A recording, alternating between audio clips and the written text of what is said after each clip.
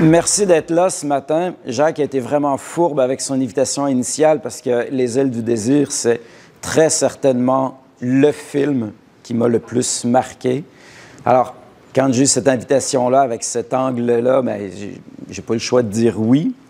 En même temps, ben, je suis vraiment très heureux de présenter mon travail ici ce matin. C'est toujours intéressant de présenter son travail dans d'autres lieux que dans des lieux avec d'autres artistes, dans les lieux habituels de l'art, comme les galeries, les centres d'artistes, etc. Donc, cette idée de vision, j'ai mis mon nom, c'est juste parce que c'est un nom bizarre, ça vous permet de comprendre, parce que Jacques le dit, etc., mais on va passer rapidement. Et on veut surtout commencer par ceci. Est-ce qu'il y en a parmi vous qui connaissent Aviation Point du Jour? Aviation Point du Jour, c'est une compagnie qui, à partir des années 50, s'est mise à photographier l'ensemble du territoire rural québécois par les airs. Et donc, Jean-Marie Cossette, qui a lancé ça, survolait durant l'été toutes les campagnes québécoises pour prendre des photos aériennes des fermes. Et l'hiver, il faisait sa ronde de lait dans toutes ces fermes-là pour vendre ces photos aériennes-là. Et si vous ne connaissez pas Aviation Point du Jour, mais que vous avez dans votre famille des agriculteurs, vous avez vu quelque part une des photos d'Aviation Point du Jour parce que tout le monde avait ça. Si tu étais un agriculteur, tu achetais la photo aérienne de ta ferme, elle était affichée quelque part dans la maison ou dans le bureau à l'étable, ou en tout cas, il y avait ça partout. Ce qui est formidable avec ça, c'est qu'il y a cet ensemble d'images-là qui est maintenant disponible à la BANQ, parce que le fonds Aviation Point du Jour a été légué à la BANQ.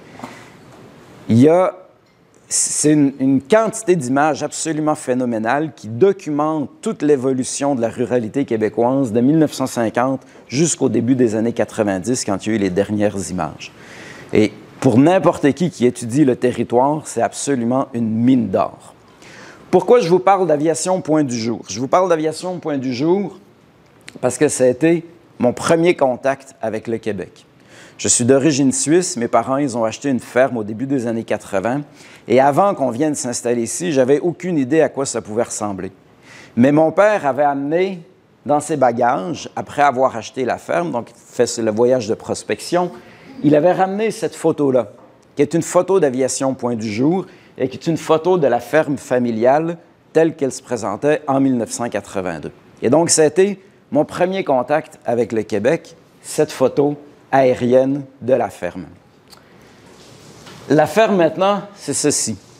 Ça a changé radicalement en 40 ans. Vous allez me dire peut-être que vous n'êtes pas capable de reconnaître. J'avoue, je triche un peu. Cet angle-là se trouve de l'angle opposé, mais effectivement, il n'y a à peu près plus rien à reconnaître. Il reste seulement 2 bâtiments originaux, dont la maison familiale qui a été quand même passablement transformée, et un tout petit hangar qui tombe en ruine.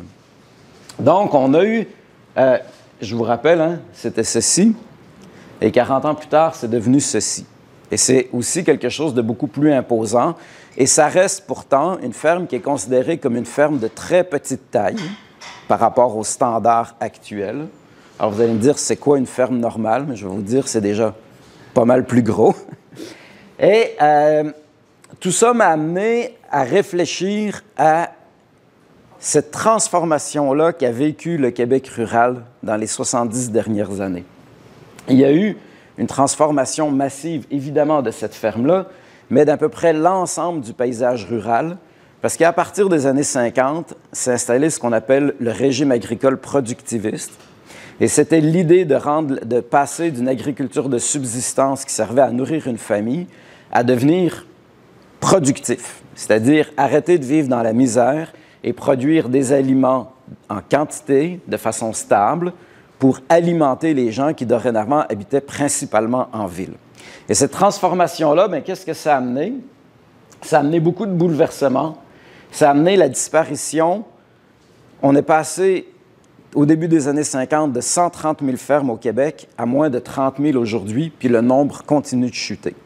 À tous les jours, il y a une ferme au Québec qui ferment. Peut-être pas à tous les jours, mettons à tous les 2 jours. On est quand même sur cette ligne-là.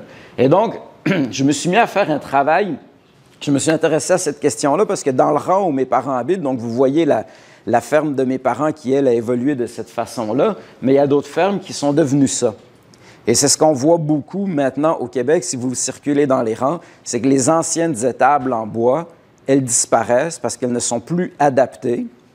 Ça, c'est devenu beaucoup trop petit pour le type de troupeau qu'on va avoir. Mettons, bon, il y a beaucoup de robotisation, par exemple, de la traite, ce qui fait qu'on se retrouve avec d'immenses bâtiments industriels avec des structures d'acier en tôle pour héberger les animaux. Les animaux ne sortent plus dehors, etc. Donc, il y a des grands changements au niveau du paysage. Et donc, d'un côté, on va avoir ces anciennes fermes-là qui tombent en ruine puis qui finissent par tomber tout court. Et de l'autre côté, bien, on va avoir ceci, c'est-à-dire de l'agriculture industrielle, comme par exemple en Montérégie, où on va, en fait, dans l'ensemble des basses terres du Saint-Laurent, où on va avoir vraiment une dominance de monoculture de maïs et de soya, et donc des fermes qui deviennent de plus en plus grosses. Il faut comprendre que quand on part de 130 000 fermes à moins de 30 000, ce n'est pas des terres qui retournent en friche. C'est des terres qui vont grossir le voisin. Donc, dans un rang, par exemple, où vous aviez 14 fermes, il en reste 2, mais il reste la même quantité de terres cultivées. C'est juste qu'au lieu d'avoir des gens et des animaux dans les champs, vous avez des machines. Et dans le cas, par exemple, de cette machine-là, qui a de l'air tout petite au milieu de ce désert, en fait, c'est un tracteur de 450 chevaux qui coûte à peu près 750 000 $ et qui est guidé par GPS. Le gars, il est assis sur le fauteuil, dans l'air climatisé, il ne sent pas les odeurs, il ne sent pas la température, il n'y a pas de poussière, puis en fait, il fait juste checker des écrans pour s'assurer que ça suive correctement le GPS. De l'autre côté, on a ça, des fermes laitières abandonnées. Et donc, je me suis intéressé à cette question-là, et j'aime beaucoup celle-là parce que celle-là, dans son statut abandonné, c'est exactement le type de ferme qu'on nous montre par l'industrie agroalimentaire. Alors, quand vous achetez une pinte de lait, ce que vous avez, c'est la même chose que ça, mais cute. Hein? C'est-à-dire en bon état, idéalement avec des cadres de fenêtres rouges, le fond blanc, le petit silo en bois. Ça n'existe plus depuis les années 50. Alors, les entreprises agricoles qu'on voit sur les publicités, sur les emballages de produits, etc., correspondent à une agriculture pré-productiviste. Pourquoi? Parce que, comme consommateur, vous n'avez pas envie de savoir comment votre nourriture est produite. Puis l'industrie agroalimentaire n'a pas envie de vous le montrer. Parce que vous préférez avoir l'image de vaches qui pâturent dans un champ vert plutôt que de vaches supposément en liberté, mais que la liberté, en fait, c'est un bâtiment fermé. Mais c'est juste qu'elles peuvent se promener en liberté dans le bâtiment. C'est comme des poules en liberté. C'est juste qu'elles ne sont pas dans des cages, mais elles sont dans un bâtiment fermé. La notion de liberté est très extensible dans l'industrie agroalimentaire. Même la production biologique, hein, qu'on associe souvent aux petits maraîchers, à la paysannerie, à une façon de faire différente, mais ça, c'est de la production biologique. Donc, encore là, la prise de vue aérienne joue sur notre perception des dimensions, mais encore là, on a le même type de véhicule tantôt, la moissonneuse-batteuse qui est là, qui est encore, elle, dirigée par GPS, qui envoie des données en temps réel en permanence dès qu'on tourne la clé, qui va envoyer donc à un serveur aux États-Unis des informations comme la variété de maïs récolté, le taux d'humidité du maïs, le nombre de tonnes à l'hectare récoltées, la vitesse d'avancement de la machine, etc. Et ces données-là sont géolocalisées au pouce près. Ce qui permet après que quand on va passer, puis quand on va vouloir, par exemple, étendre des engrais ou travailler les champs de différentes manières, les agriculteurs peuvent accéder à ces données-là et moduler le travail des machines en fonction de la productivité du champ. Donc, même dans la production biologique, et évidemment, si on y pense rapidement, si on veut tous être capables d'aller acheter notre sac de farine bio chez Rachel Berry, bien, il n'y a pas assez de monde dans les campagnes pour produire du blé de la façon dont ça se faisait dans les années 50. Donc, on se retrouve avec ces machines-là qui sont capables de récolter là, le blé, là, un seul passage, c'est 50 pieds. Deux fois la largeur de ceci à peu près, de l'espace.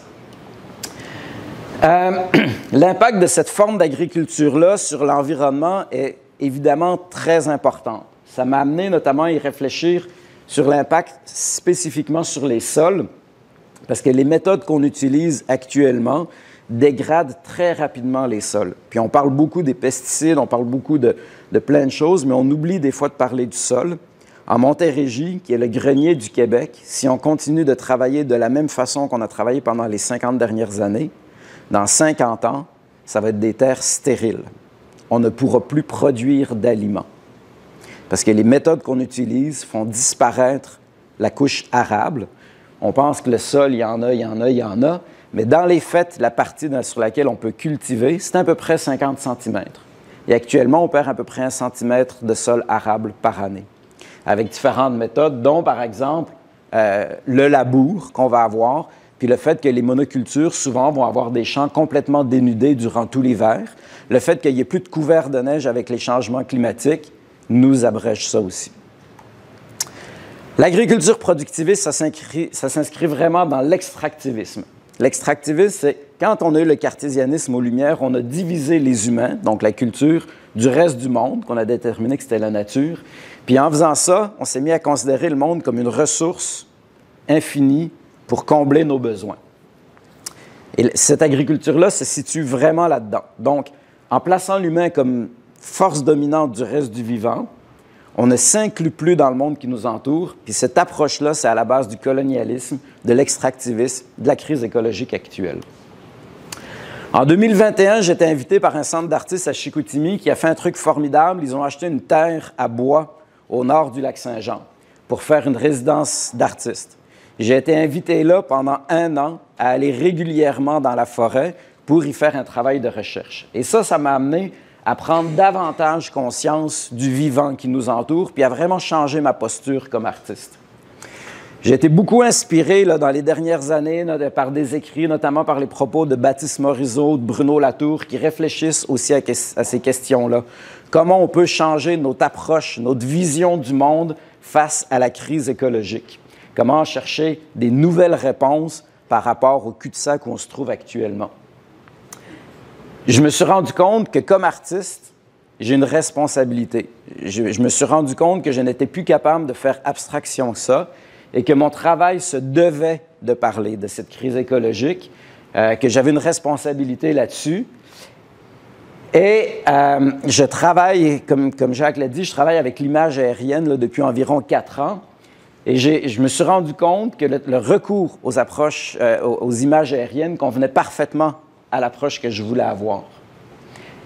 Ça résume très, très bien la façon dont je vois mon travail photographique. Une photographie peut être mieux comprise, non pas comme une réponse, mais comme une invitation à se poser des questions. Et c'est ce que je veux faire avec mon travail. Je ne veux pas dire aux gens quoi penser, je veux amener mon public à réfléchir à ce qu'ils voient, puis que ça les amène à se questionner.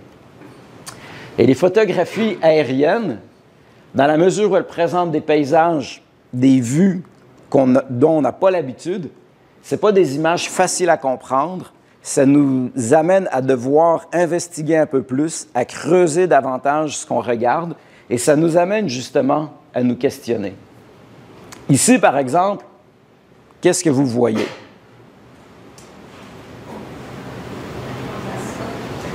Bonne question, hein? Alors, ce qu'on a ici, c'est une ancienne carrière. C'est une ancienne carrière au printemps et les marais qui se sont faits naturellement avec l'eau de pluie qui se déverse dans la carrière à partir du moment où il ne la pompe plus. Ça crée ces étangs-là. Et la glace que vous voyez ici crée ces arborescences en haut.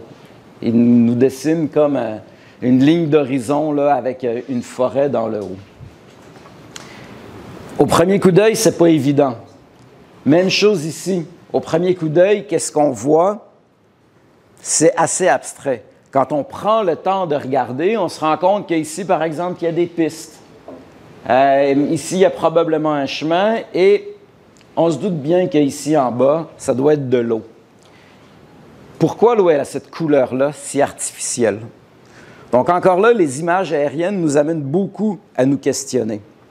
Et c'est ce que je trouve intéressant parce que je milite pour un art qui ne donne pas les choses tout crues. Il y a des gens, par exemple, moi, ma pratique relève du documentaire, mais ce que j'appelle le documentaire critique, c'est-à-dire le documentaire qui amène les gens à se poser des questions, versus des gens qui ont une pratique de documentaire, comme Michael Moore, par exemple, où on va davantage adopter une position pamphlétaire, puis on va dire aux gens ce qu'ils devraient penser, puis adopter une position très revendicatrice.